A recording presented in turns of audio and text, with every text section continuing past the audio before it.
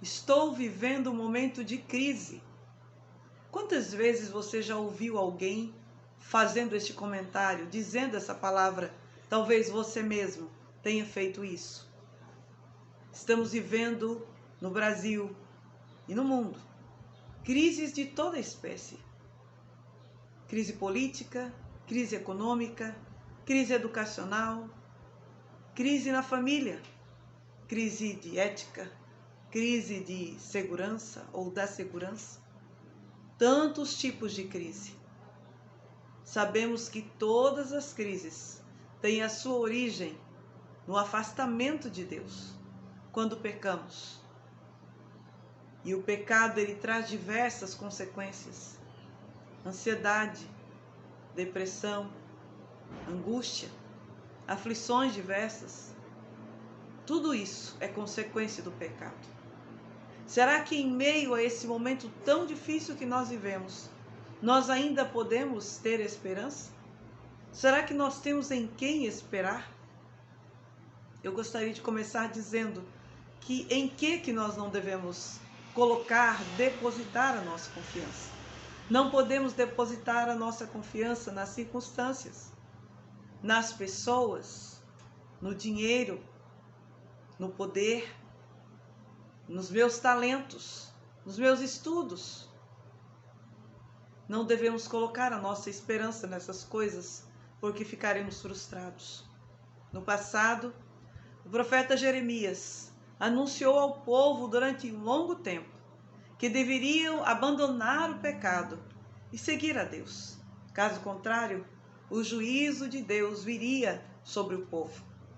E a profecia se cumpre, porque o povo não ouviu a voz de Deus.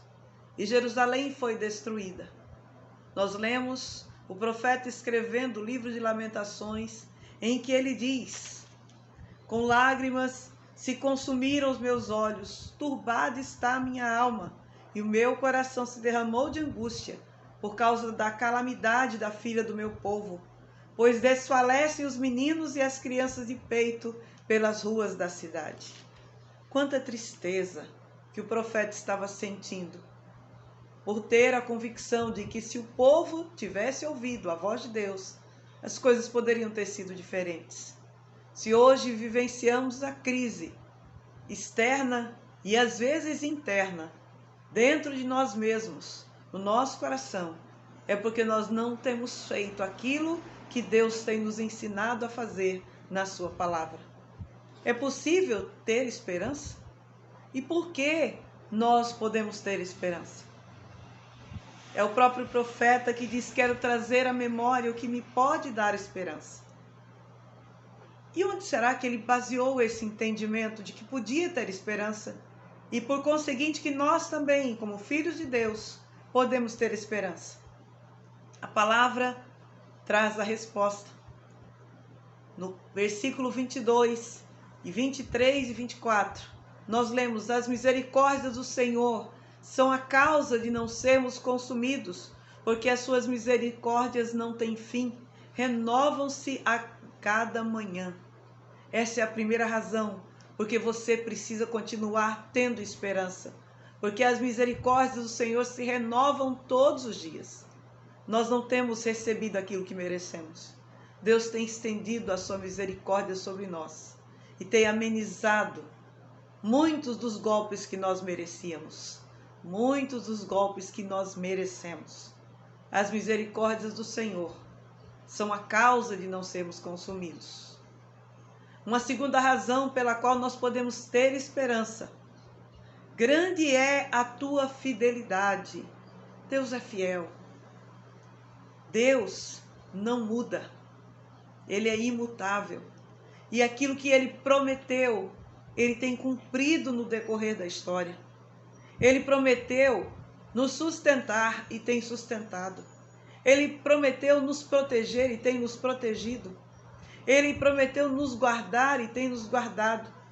Ele disse que ainda que andássemos pelo vale da sombra da morte, não precisaríamos temer mal algum, porque Ele estaria conosco, e assim tem sido. Deus é fiel. Podemos ter esperança porque Ele é misericordioso, Podemos ter esperança por causa da fidelidade de Deus. E o último versículo diz: a minha porção é o Senhor, diz a minha alma, portanto esperarei nele. Ele é a nossa esperança. Ele é a nossa herança. Ele é aquele único que nós temos. Então nós podemos sim ter esperança, porque nele nós podemos confiar, nele nós podemos esperar, e ele é o único que nós temos. Não perca a esperança. Nós temos razões, motivos escritos na palavra para continuar crendo e esperando. Deus te abençoe.